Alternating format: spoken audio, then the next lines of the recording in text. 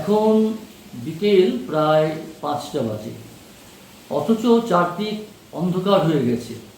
বৃষ্টি আসবে, গাছে হাওয়া লাগছে, অদ্ভুত একটা পরিবেশ। তা মা বলছেন, ওরে এখন বাইরে যাস না, একদম বাইরে বেরোবি না। তারপর মা বললেন, তোমাকে দরজা জানলাগুলো বন্ধ করে দাও। আবার ভাই বলছে, দাদা দয়া করে ছাদ থেকে আমার জামাটা নিয়ে এসো না। এই দেখো, মা বলছেন বৃষ্টি আসছে, বাইরে যেও না, দরজা জানলা বন্ধ করে দাও। ভাই বলল, দয়া করে জামাটা নিয়ে এসো। এগুলো কি? কোনোটা নিষেধ, কোনোটা আদেশ, কোনোটা অনুরোধ।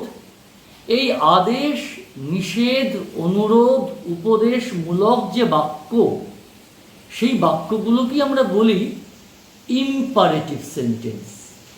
আজকে আমরা শিখব ইম্পারেটিভ সেন্টেন্সের ন্যারেশন চেঞ্জ।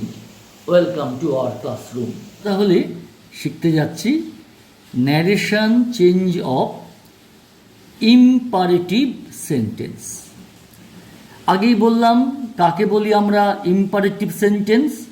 আদেশ, নিষেধ, অনুরোধ, উপদেশমূলক যে বাক্য, তাদের বলছি আমরা ইম্পারেটিভ সেন্টেন্স।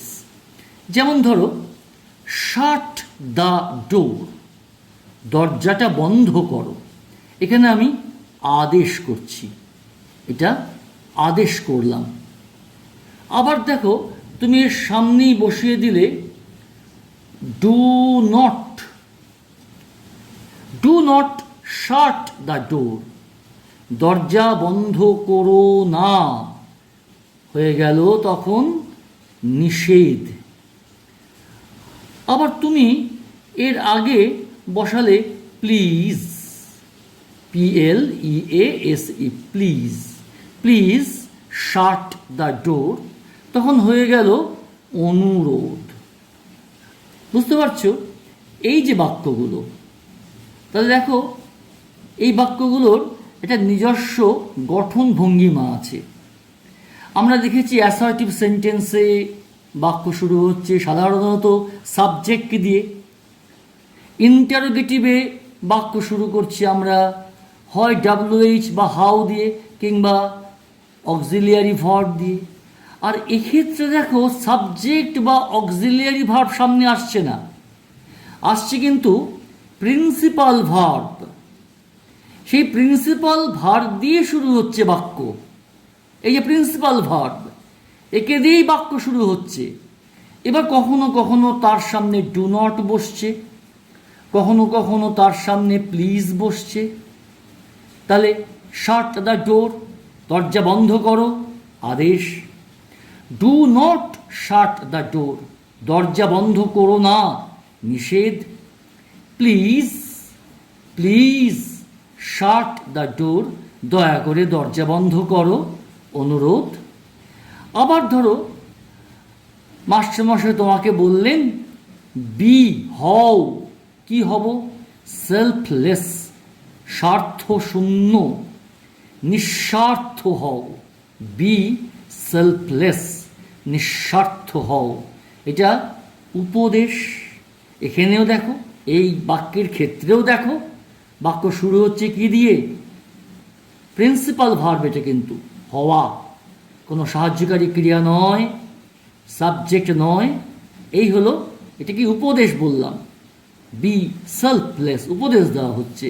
এই যে বাক্যগুলো আদেশ কিংবা নিষেধ কিংবা অনুরোধ কিংবা উপদেশমূলক যে বাক্য, এদের বলছি আমরা ইম্পারেটিভ সেন্টেন্স। এবার শিখবো আমরা ইম্পারেটিভ সেন্টেন্স কী করে আমরা তার ন্যারেশন চেঞ্জ করব।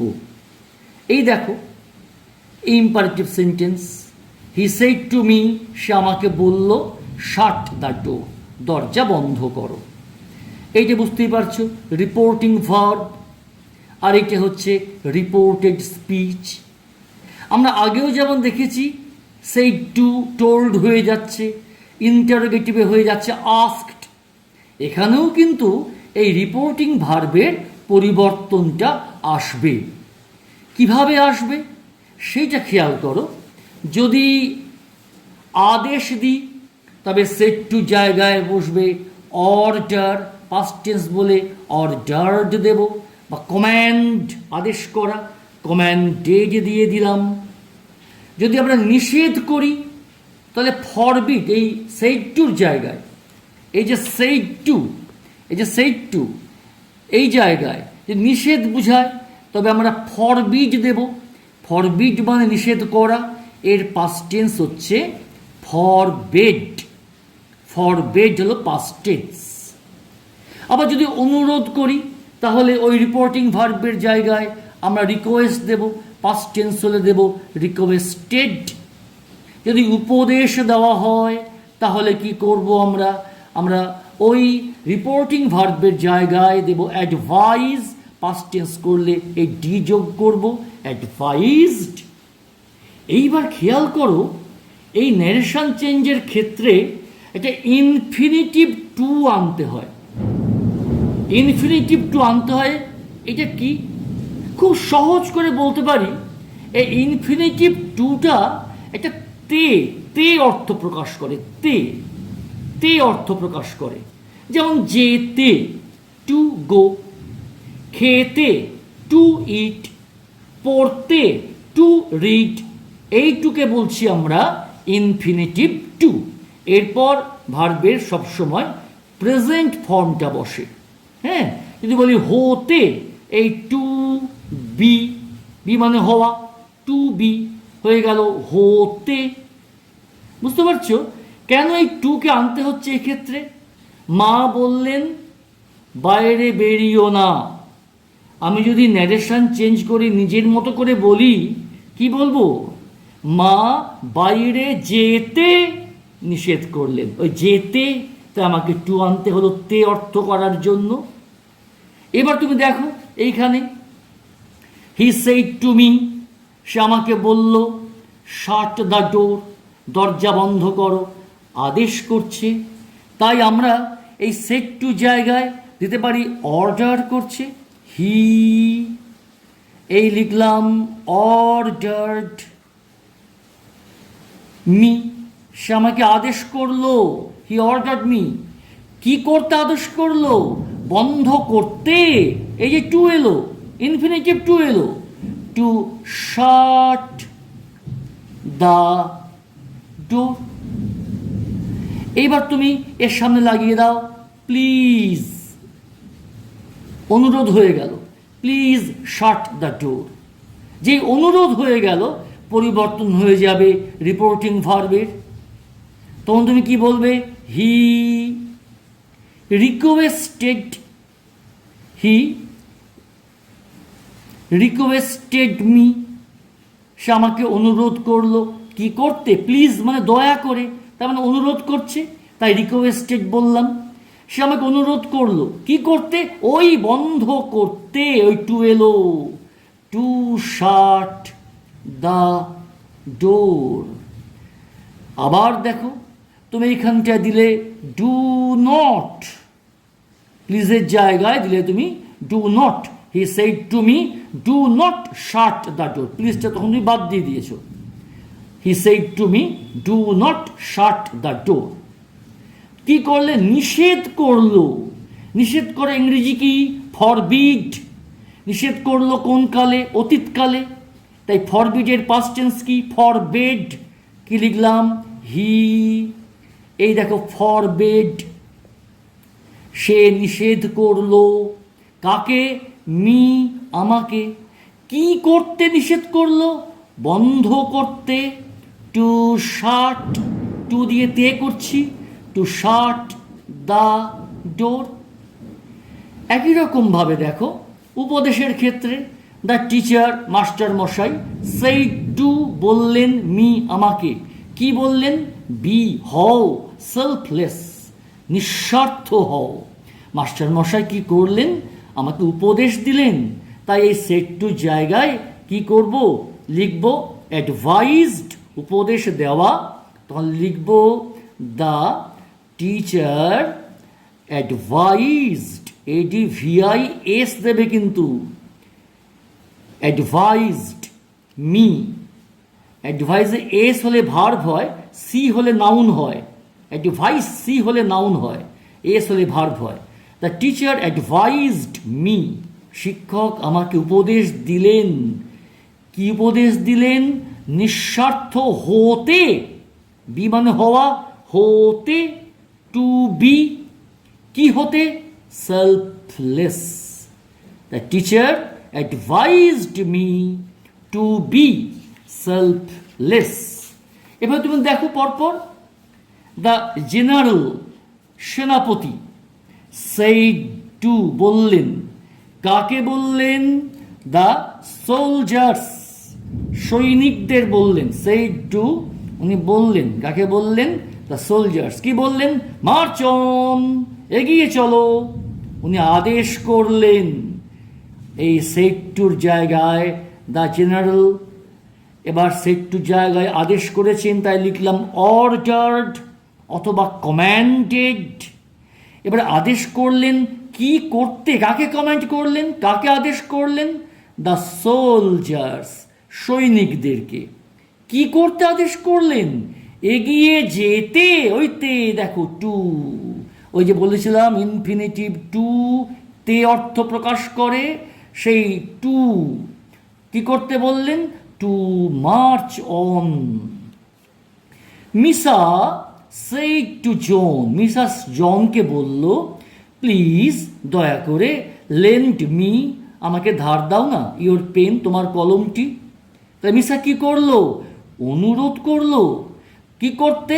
ধার দিতে। ওই তেটা তোমাকে আনতে হচ্ছে, ইনফিনিটিভ টু আনতে হচ্ছে। তাই মিসার সেইড টুর জায়গায় কি করলাম? অনুরোধ করেছে তো, তাই করলাম রিকোয়েস্টেড। মিসা রিকোয়েস্টেড জন। প্লিজ আর দরকার নেই, কেন? প্লিজ আমাকে বুঝিয়ে দিচ্ছে এই প্লিজ শব্দটা, যেটা অনুরোধ। তাই কি বললাম?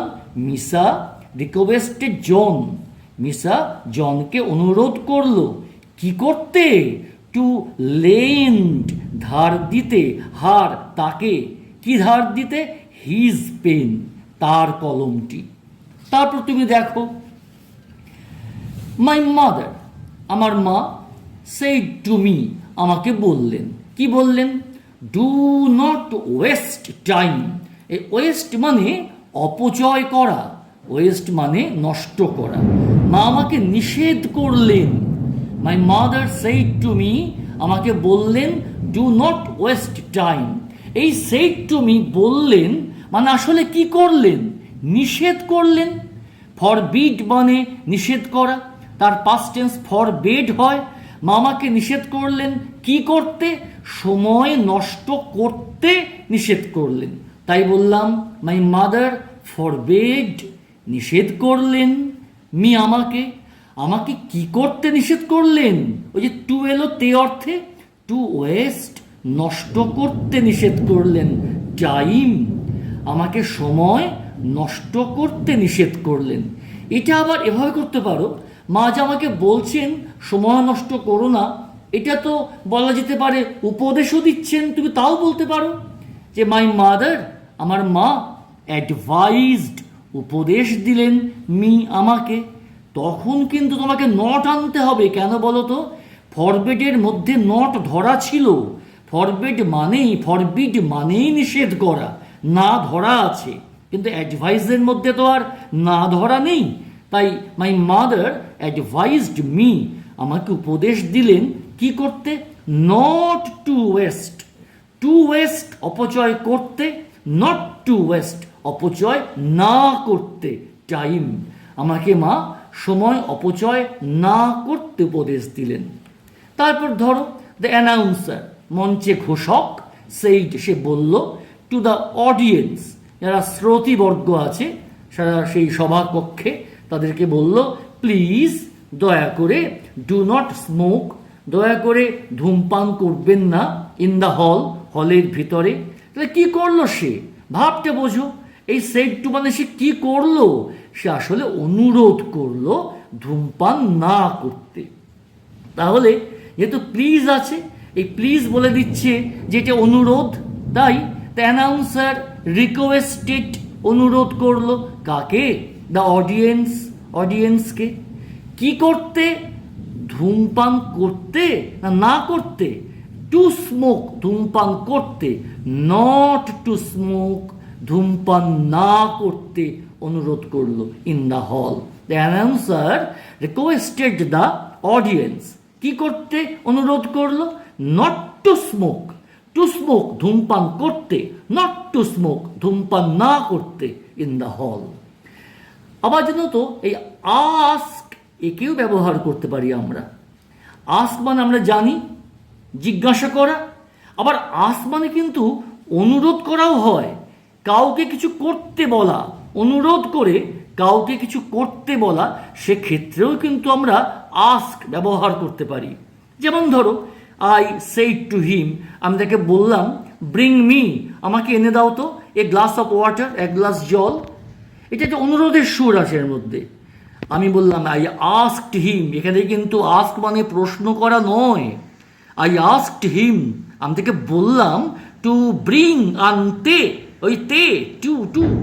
আই আস্কড হিম, আমি তাকে বললাম টু ব্রিং মি, আমার জন্য আনতে এ গ্লাস অফ ওয়াটার। তারপর দেখো এই যে তোমার এই রিপোর্টিং, রিপোর্টিং যে ভার্বটা তোমাকে ভাব অনুযায়ী পরিবর্তন করতে হবে। যেমন দ্য ডিরেক্টর, পরিচালক, সেইড টু, বললেন, দ্য অ্যাক্টর, অভিনেতাকে বললেন, ডু নট স্টার্ট, শুরু করবেন না অ্যাক্টিং, অভিনয় শুরু করবেন না, আনটিল, যতক্ষণ না দ্য বেল রিংস, যতক্ষণ না ঘন্টা বাজে, ঘন্টা না বাজা পর্যন্ত কিন্তু অভিনয় শুরু করবেন না। উনিটা কি করলেন? আদেশ বলবো না, উনি এখানে ইনস্ট্রাকশন দিলেন, ইনস্ট্রাকশন দিচ্ছেন, এখানটাতে ইনস্ট্রাক্ট করছেন। তাই এখানে আমরা অর্ডার বলছি না, এখানে উনি ইনস্ট্রাক্ট করছেন উনি। তাই বললাম the director instructed, not ordered. যেমন যেমন ভাব, এই ভার্বের ভাবটা যেমন, এর ভিতরে যে ভাবটা পাবো, সেই ভাব অনুযায়ী ভার্বটাকে আনবো। তাই এখানে কি করলাম? ইনস্ট্রাকশন দিচ্ছেন, তো ইনস্ট্রাক্ট করছেন, তাই বললাম the director instructed the actor. Set to জায়গায় করলাম ইনস্ট্রাক্টেড। কি করতে বললেন? শুরু না করতে বললেন। শুরু করতে, এই যে টু তে, শুরু করতে টু স্টার্ট, শুরু না করতে নট টু স্টার্ট অ্যাক্টিং। কতক্ষণ? আনটিল দ্য বেল, এবার প্রেজেন্ট পাস্ট হয়ে যায়, এ রিংস ছিল, হয়ে গেল দ্য বেল র্যাং। তাহলে the director instructed the actor not to start acting until the bell rang. এবার দেখি যে ইম্পারেটিভ সেন্টেন্সের ক্ষেত্রে কিছু ব্যতিক্রমী বাক্য যেগুলো, তার ন্যারেশন চেঞ্জ কেমন করে করব। যেমন ধরো যদি লেট দিয়ে বাক্য শুরু হয় তখন কি করব, এসে দেখা যাক খাতায় কলমে। দেখো ইম্পারেটিভ সেন্টেন্স কখনো কখনো লেট দিয়ে শুরু হতে পারে, তখন সাজেশন বা প্রপোজাল বোঝায়, কোনো প্রস্তাব বা পরামর্শ বোঝায়। তখন ইনডিরেক্ট স্পিচে রিপোর্টিং ভার্ব হিসেবে সাজেস্ট, সাজেশন তাই সাজেস্ট, আর প্রপোজাল তাই প্রপোজ বসছে। যেমন আগে বসিয়েছি অ্যাডভাইস, রিকোয়েস্ট ইত্যাদি, এক্ষেত্রে বসবে সাজেস্ট অথবা প্রপোজ। পাস্ট টেন্স করতে গেলে সাজেস্টেড বা প্রপোজড। এক্ষেত্রে রিপোর্টেড স্পিচটা অ্যাসার্টিভ সেন্টেন্স হয়ে যায়। এখানে কিন্তু সেই টু দিয়ে যে তে বলছিলাম সেই প্রশ্ন আর নেই, এবং এক্ষেত্রে একটা শুড ব্যবহৃত হয়, আর লিঙ্কার হিসেবে আসবে দ্যাট। যেমন ধরো মাই ফ্রেন্ডস সেড, আমার বন্ধুরা বলল, লেট আস ওয়েট, এসো আমরা অপেক্ষা করি, ফর দ্য ট্রেন, এসো আমরা অপেক্ষা করি ট্রেনের জন্য। তাহলে ওরা প্রস্তাব দিল বা পরামর্শ দিল। তাহলে মাই ফ্রেন্ডস, এই সেইডের জায়গায় করবো আমি সাজেস্টেড বা প্রপোজড। তারপর কিন্তু দ্যাট লিঙ্কার দ্যাট আসবে।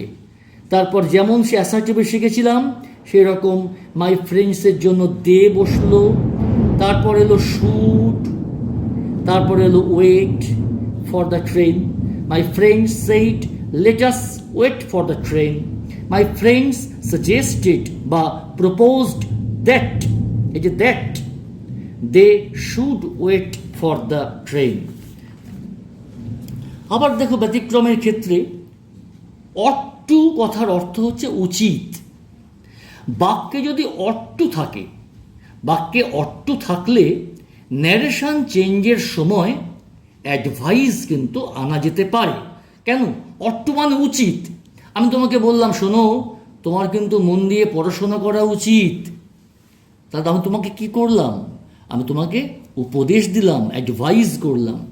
মাই ফাদার, আমার বাবা, সেইড টু মি, আমাকে বললেন, you ought to be, ought to মানে হচ্ছে উচিত, আর বি মানে হওয়া, তাহলে ইউ অট টু বি, তোমার হওয়া উচিত কেয়ারফুল। তোমার কেয়ারফুল হওয়া উচিত কখন? হোয়েন ড্রাইভিং, এই গাড়ি চালাবার সময় তোমার সতর্ক হওয়া উচিত। বাবা আমাকে কি করলেন? এই দেখো ঠিক অ্যাসার্টিভ বাক্য কিন্তু।